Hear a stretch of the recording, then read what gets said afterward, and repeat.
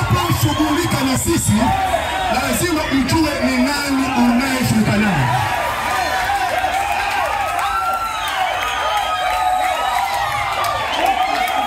Unaweza kuwa na risasi ikapiga ikaua, ila ambacho utakuwa umeua utakuwa umeua mwili, ila mimi bado nitakuwepo.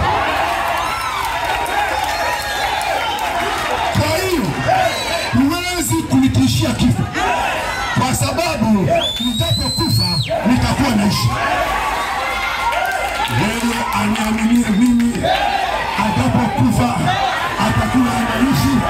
Amepita, amepita, amepita,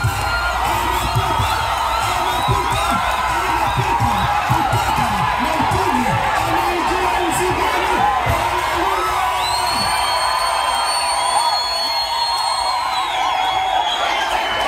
Waulize wenzako walikuwepo kabla yako, wewe sio wa kwanza. Watu wakamwendea Yesu wakasema, Herode